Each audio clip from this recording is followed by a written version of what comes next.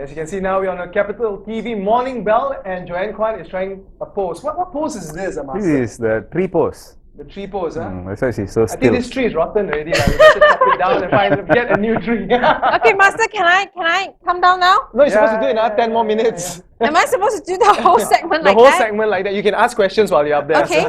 So what were we This is speaking Superman, about? is it? What were we speaking about just now earlier Right. on? We were talking about yoga. Now, with regards to yoga, can you just share with us a bit more in terms of the origins of yoga? Yoga originated in India, specifically in the Himalayan regions, and it was practiced by a group of individuals who wanted to find inner peace. Okay. And also they wanted to find the meaning of life. I just want to find meaning of life. Because sometimes you find that no matter how rich or satisfied materially, we sometimes get up in the morning feeling empty. Yeah. So this was Then go back to experience. sleep again. I go to sleep and then become depressed. I like that, yes. Wake up in the morning, find yourself depressed, go back to sleep. Go back then to you sleep. find inner peace. That's a good way, shortcut. Then the bills come. So they had this kind of a calling that maybe it's not only about the material aspect of life, that I may need to find balance internally. So they go to the Himalayan regions.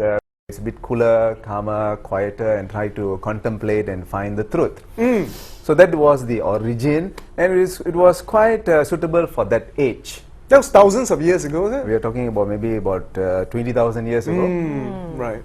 And in the history of yoga, we have had even kings, maharajas, who left their palaces to go and find some peace. That's right. Shared all their riches and all their material gains and just went to lead a very simple life. Yep. I think also it was motivated by the feeling that they have already experienced it. Now for you and me to go, I don't think it may not be long term, because we have not actually had full experience of this. Whereas for a Maharaja, you're talking about 20,000 years ago, 5,000 years ago, they are absolute rulers. That's right. So they have everything. Everything, yep. And you have everything, and you find that a period of time comes when you don't have that feeling of fullness and emptiness, then you go away. We also saw that in Lord Buddha. He also was a prince. That's right. We saw it in people like Vishwamitra, who was a king. So in this, and Rama, who was also a prince, who had that kind of emptiness, and he had to go and seek his teacher, his guru, and say, why am I feeling empty? Suddenly I wake up, I don't have any desire to go and play with my friends, to go and see the dancers in the court. Why is this happening? Then his teacher says, this is good time for us to talk about the inner self. Like seeking enlightenment, for example. Seeking enlightenment. That's right. But the beautiful part of the Indian culture later on was that you can find inner peace and still be the prince. You can find inner peace and still be a housewife. Or like the example you gave, still be a lawyer, for example. Yes. So that, I think, for our age right now, coming from that origin to now, the science has been intact. It has the same. We have not modified. It's quite difficult to modify something which is already working. Why should you want to modify something which is already working? The only thing is that how do we incorporate this into our stressful and busy lives? Right. Now the thing is, with regards to yoga, there are some perception out there that because it involves spirituality on some level, that there's also religious connotations with that. Is that a fact or is that a myth? Can you clarify for our viewers out there? Raj, I think it's, as you rightly say, it's very sensitive, especially in Malaysia. That's right. And when we talk about spirituality, I would most probably want to link it more to the mind. Because I have not seen the spirit. If you talk about it, I've been practicing for 20 years, but I've seen my mind. I've seen how it works, how it functions, how it reacts. So this is something which is very valuable for me to have a more balanced life. And in Malaysia, in India, many schools have combined it with religious practices. But in Malaysia, I have very rarely seen yoga associated with religion. When they come to class, the only thing we say namaste. That's all. And namaste is a kind of like a salutation. You go to Thailand, people will say like what, sawadee-ka. That's right. Those kind of things. And if you want to go and see our revered king, you also have to do this. It's a kind of a culture. Sure. And we don't have any prayer at all in yoga classes. I presume it's just equivalent to Tai Chi and Precisely. yeah. Definitely, Tai Chi, Qigong, and that. It's not in the book of the exercise. Buddha, the Buddhism. We don't talk about the religious aspect of it. In fact, in yoga, most of the text, almost all the texts, including that the main text, which is called Yoga Sutra, does not even talk about God. It talks about you and your evolution and your awareness, the training of mind. How to find the mind. How to find This one kosong a one. clear mind. No, mine is all corrupted. Like, cause you always say I'm blur sotong ma. Sotong no mind. Sotong no mind. What kind of statement is I think you got that? to learn yoga. Take her under your wing. Definitely. I'm so I'll sign blur all up the today. time. Now, coming back to yoga per se, who should take up yoga? Or is it something that maybe perhaps everyone will find some benefit from? My learning yoga? experience has been that I've seen students from all walks of life, from kindergarten right up to retirees. Yeah. And public listed company chairmen, students, housewives, all have found some benefit at their level. Any specific majority, like probably like the heartbroken ones more, they need to find. Speaking about yourself, Joanne. Hey, don't say like that. I'm pretty happy right now. I'm single, pretty happy. We have that segment, but the majority seems to be those who want an exercise which can also help their mind. Physical exercise, deep breathing, and clarity of mind. Okay. And the most number of students seems to be from the category from the age of 30 to 40. Right. Majority. Right. Out of 20 people, you will find that almost 15 would be at this age. Right. Now the thing is, I also had the opportunity to try yoga before, and for those of you out there who thinks, oh, this is just stretcher, it is very tough. It is very difficult, especially once you reach a certain age. Now, the interesting observation which I noticed from classes, it tends to be very female-centric. Maybe proportion-wise could be maybe 70-30, 80-20 compared to men. Is it because men, I have to mind bussy, go weightlifting. yeah. So this one is for women. It's not masculine enough. Is that a very huge misconception out there? You are precise. It's 100% true. You have tremendous observation skills. 70-30. And most of the men feel that they are not flexible. That's their fear. When they come to class, they will be observing others, and especially the girls, and will be thinking, wow. Okay, bend here, bend am there, I going stretch to here, do stretch this, you know? And they will find that at the end of the class, it's a misconception, because it is not only about flexibility. It's about trying not to break your bones at the same that's time. right. And we always remind them, according to your feeling today, according That's to right. your capacity, how do you feel? Do you feel that you want to stretch in this way, or you want to just do a little bit of bending and don't have to Right. bring your head to the knee? Just go according to your feeling, and they feel nice Right. when we do this. And it is also misconception to think that only the girls who are young, who are flexible. I did a program last week, and I've been doing these programs for many days, many years in fact. Sure. And even teenagers are not flexible. Really? But I thought teenagers, they run in a school, they run in a college. I think it's more because of the formation of the bones. It's not as tight, it's not as rigid as perhaps someone who's much older.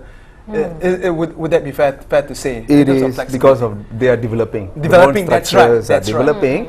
But over the last 10 years, where I have been teaching in primary schools, we teach in about 20 primary schools in Klang Valley, free of charge, as part of the Karma Yoga program. Sure. And you will be surprised that almost for those below 12, about 50% will not be able to touch their toes. Oh dear. Can you touch Teenage. your toes? Huh?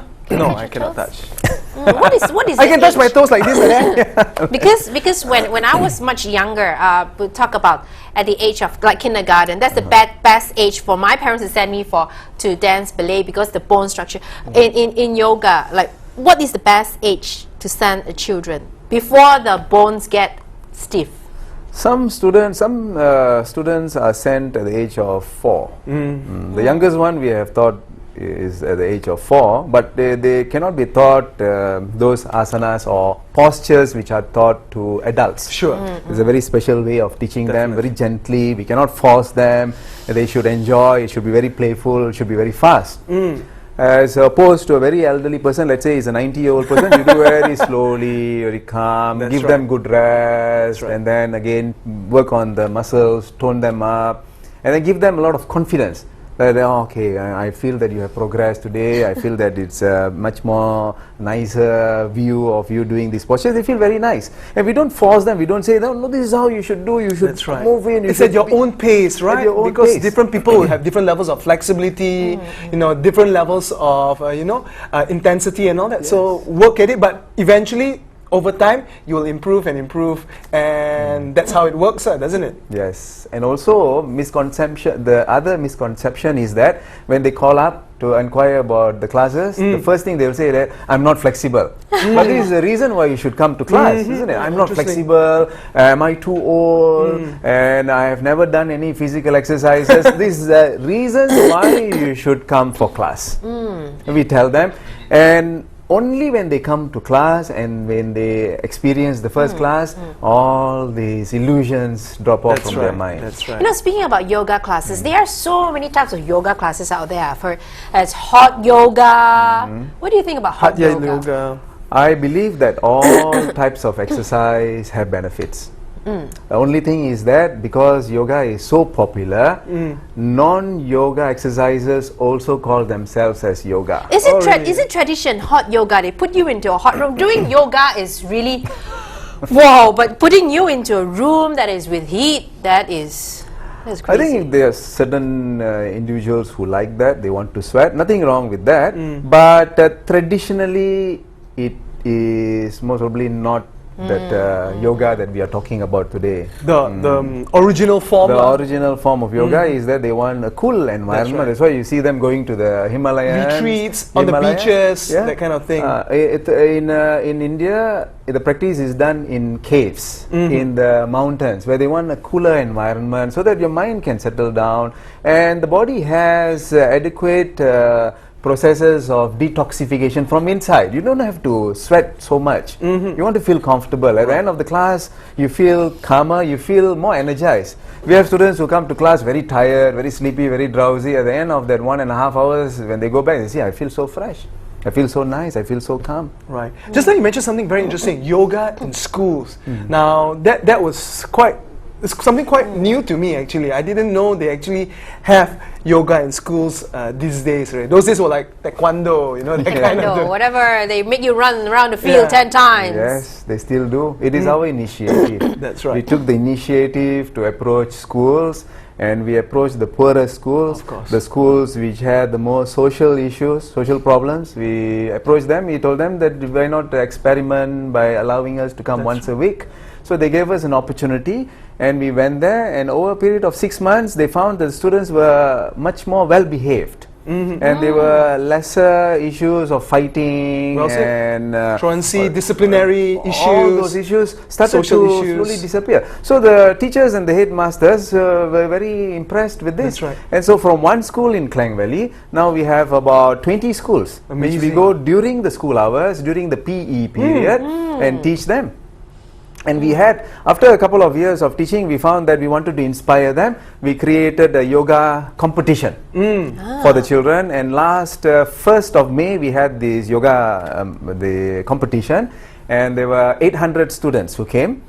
And they had a wonderful time practicing, and it's not like competing against each other. It is showcasing what they have learned over the last few years. So gave them good self-confidence, self-esteem, positivity, and they found themselves that they can be useful to others, to inspire others, and they look forward to the next year. So you find that from a very low esteem kind of awareness, no self-confidence, easily enticed to do bad things or gangsterism and truancy, now they are focused on discipline and focus on education, feeling inspired to take place in something which has given them an opportunity to prove themselves.